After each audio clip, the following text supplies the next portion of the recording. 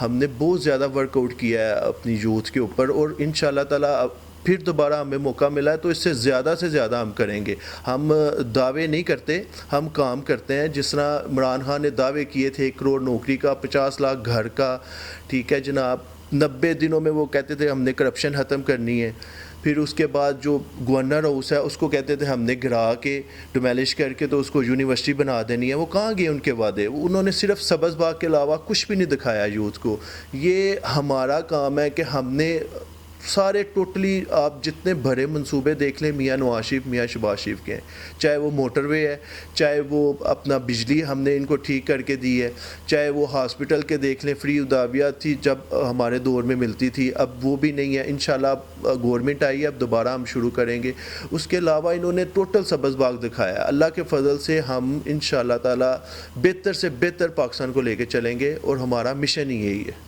لیکن شیخ صاحب ابھی پاکستان کی جو معیشت ہے اس کی سمجھ نہیں آ رہی. ابھی آپ نے کہا کہ آپ کے دور حکومت میں فری میڈیسن مل رہی تھی لوگوں کو, ادویات مل رہی تھی, لیکن یہاں پہ میرا ایک معصومانہ سا کویشچن ہے. خان صاحب نے بھی صحت کارڈ کی ایک لہر وہ لے کر آئے تھے جس کو آپ لوگوں نے بند کر دیا. انہوں نے پناہ گاہیں شروع کی تھی, اس کو بھی آپ لوگوں نے بند کر دیا ہے.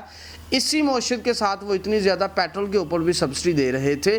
آپ نہیں سمجھتے کہ آنے والے جو وقت ہے اس میں مسلم لیگ نون کے لیے اگر یہی حالات چلتے رہے تو زیادہ ٹف ٹائم دیکھنے کو ملے گا ان کے لیے؟ 3.5 سال میں انہوں نے ایک چیز بھی ڈیلیور نہیں کی. ایک چیز, کوئی بڑا منصوبہ, کوئی کچھ نہیں ڈیلیور کیا. انہوں نے بروزگاری دی ہے, اور عوام کے جو اچھے خاصے کاروبار تھے ان کو بند کروا کے یہ لنگر خانے کھول دیے انہوں نے. یہ لنگر خانے اپنا عوام ان کو ادھر لگا دیا انہوں نے.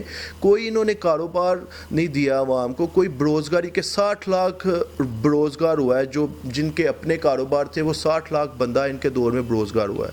اور انہوں نے اتنے قرضے لے لیے ہیں. 3.5 سال میں انہوں نے تقریباً 20 ارب روپیہ قرضہ لیا ہے ڈالر, اور تقریباً 70 سال جو پاکستان کی تاریخ میں آپ چلے جائیں تو اتنا قرضہ 25 ارب ڈالر لیا گیا ہے قرضہ ٹوٹلی. تو اس کے علاوہ جو ہے نا انہوں نے 3.5 سال میں اتنا لیا ہے. اس کا کیا کیا ہے؟ کدھر لگائے ہیں وہ پیسے؟ اس کے لنگر خانے کھول دیے. کیا کیا ہے؟ ان کی تو کرپشنیں ابھی سامنے آ رہی ہیں. جو رنگ روڈ پہ انہوں نے کرپشن کی ہیں, یہ کرپشن کے دعوے دار بنتے تھے کہ ہم کرپشن نہیں کریں گے. جو رنگ روڈ پہ کرپشن ان کی پڑی گئی ہے, پشاور BRT منصوبہ ہے, وہ بے شمار ان کی کرپشن ابھی سامنے آ رہی ہیں. جس طرح یہ اپنا فرا گوگی کو ڈیفینڈ کر رہے ہیں, اور اس پہ اگر آپ چلے جائیں تو وہ 2 کروڑ 3 کروڑ پہ DC AC لگا رہے ہیں. یہ پاکستان انہوں نے بہتر کرنا تھا, یہ بہتر کرنے آئے تھے پاکستان. انہوں نے تو ڈبل کرپشن کر دی ہے, کوئی ملک کا حال ہی نہیں چھوڑا. اگر آپ سیالکوٹ کی بات کریں تو سیالکوٹ میں انہوں نے تباہی کر دی ہے. جس روڈ پہ بھی چلے جائیں وہ روڈ ایک اپنا منصوبہ مکمل نہیں کیا. منصوبہ تو انہوں نے شروع ہی کوئی نہیں کیا. شہاپورہ فلائی اوور تھا, انہوں نے وہ بند کروا دیا.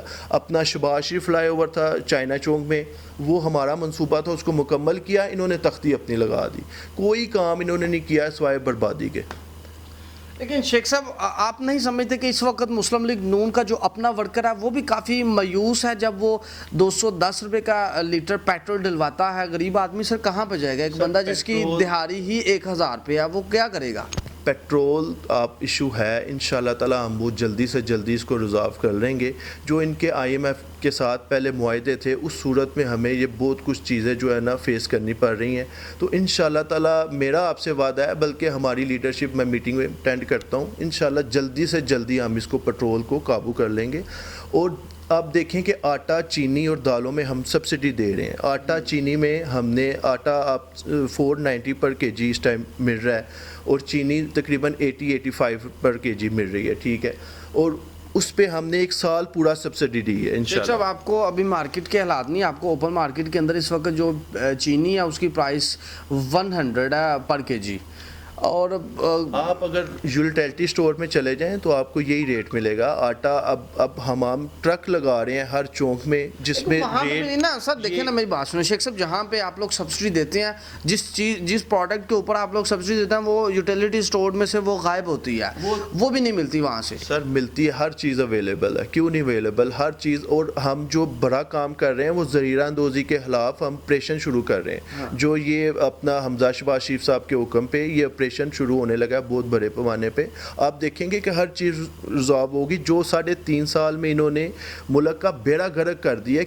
کسی اپنا کوئی بھی اگر گورنمنٹ آتی اس کے لیے تھوڑے بہت دن مشکلات میں ہونے تھے. انشاءاللہ تعالیٰ آہستہ آہستہ یہ 1-2 مہینے میں آپ دیکھیں گے بہت زیادہ بہتری آئے گی. ہم منصوبے شروع کریں گے بہت بڑے, اور اللہ کے فضل سے الیکشن میں بھی ہم نے جانا ہے, ہم نے عوام کو بھی جواب دے ہونا ہے. انشاءاللہ اللہ بہتر کرے گا انشاءاللہ. صاحب اللہ کرے جیسے آپ کی زبان مبارک ہو, جیسے آپ کہہ رہے ہیں واقع ویسے ہی ہو آنے والے دنوں میں پاکستان کی جو عوام ہے وہ تھوڑا سا سکھ کا سانس لے. جتنی اس وقت اس کی حالت بری ہوئی ہے, غریب آدمی اس وقت پس کر رہ گیا. اس کے ساتھ ساتھ مجھے ذرا کوئکلی اس چیز کے اوپر ذرا آنسر کیجیے گا کہ اس وقت جو نیو سٹیٹمنٹس آ رہی ہیں اس کے اکارڈنگ پیپلز پارٹی اور مسلم لیگ نون نے آپس میں 10 سال اکٹھے رہنے کا عزم کیا ہے. اس چیز کو آپ کس نظر سے دیکھ رہے ہیں؟ دیکھیے جی, جو بھی اگر پارٹی ہے جو پاکستان کے حق میں بہتر ہے, پاکستان کے مخالف کام نہیں کر رہی, پاکستان کے حق میں اور پاکستان کی بہتری کی طرف اگر وہ کام کر رہی ہیں, تو میرا نہیں خیال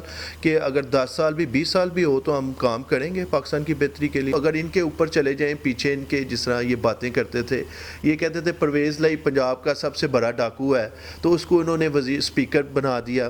اور جو شیخ رشید کا کہتے تھے کہ یہ اس کو میں اپنا چپراسی نہ رکھوں, اس کو انہوں نے اتنی اہم منسٹری پہ وزیر داخلہ بنا دیا. ایم کیو ایم ان کی سب سے قاتل لیگ تھی, اس کے خلاف یہ لندن گئے ہیں اتنے پیپر لے کے, تو یہ اس کو سب سے اہم منسٹری وزیر قانون ان کا, اور ساری ان کو منسٹریاں دی ہوئی تھیں انہوں نے, ٹھیک ہے 2 منسٹریاں تھیں ان کے پاس.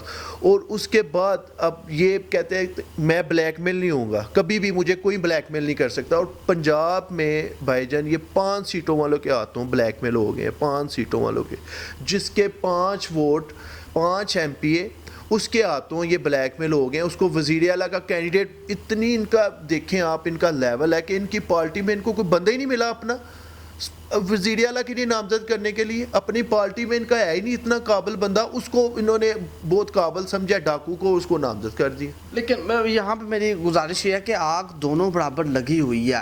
جہاں پہ آپ نے شیخ رشید صاحب کا یا پھر دوسرے جتنے بھی احباب ہیں ان کا آپ نے ذکر کیا, وہاں پہ ایک ذکر میں بھی کرنا چاہتا ہوں کہ اس سے ہسٹری بھری پڑی ہے اس طرح کے اسٹیٹمنٹ سے.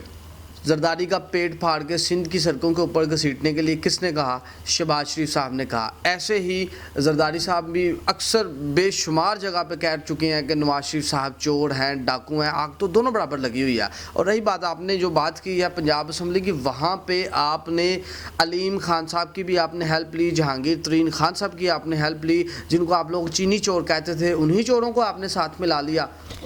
جیسے آپ نے علیم خان صاحب کی بات کی ہے, اس پہ نیب نے کتنے کیسز بنائے ہیں, اور ان کے کہنے پہ بنائے گئے ہیں, اور ان پہ تو کوئی کرپشن ثابت نہیں ہوئی, کوئی کچھ نہیں ثابت ہوا. وہ تو کہتے ہیں آئے عمران خان میرا فیس کرے, جو چیزیں میرے پاس ہیں آئے فیس کرے, اس کا جواب دے. جہانگیر ترین صاحب کا بھی ایسے ہی ہے. جہانگیر ترین صاحب ان سے تھوڑا اگر وہ دور ہوئے ہیں, انہوں نے اس کے ساتھ کیا نہیں کیا. اس کی بیٹی کے اوپر انہوں نے FIR درج کروا دی. یہ تو اس حد تک چلے جاتے ہیں, مائیں بہنوں کو نہیں چھوڑتے. اور آپ یہ مدینہ کی ریاست کی بات کرتے ہیں, اور آپ یہ خود سوچیں, یا اپنے انسان عقل شعور رکھتا ہے کہ جس طرح انہوں نے مریم نواز کے بارے میں جو الفاظ استعمال کیے, وہ کوئی مدینہ کی ریاست کا دعوے دار استعمال کر سکتا ہے؟ ہم اپنی ماؤں بہنوں کے بارے میں ایسے الفاظ استعمال کریں گے؟ کون کرے گا؟ یہ ان کو اپنا غلط اویئرنیس دے رہے ہیں اپنی عوام کو, اپنی یوتھ کو, بہت زیادہ یہ لڑائی جھگڑوں کی طرف اور اس طرف گھسیٹ رہے ہیں کہ میں ہی بس ٹھیک ہوں, میں ہی محب وطن ہوں, میرے علاوہ کوئی بھی نہیں ہے. جی بہت شکریہ. جی ناظرین, یہ ہیں شیخ سہیب صاحب المعروف شیخ سنی صاحب, سٹی پریزیڈنٹ پاکستان مسلم لیگ نواز سیالکوٹ. اسی کے ساتھ ہی اپنے میزبان چودھری محمد اویس کو نیو ٹائمز پاکستان کی اسکرین سے اجازت دیجیے. اللہ حافظ.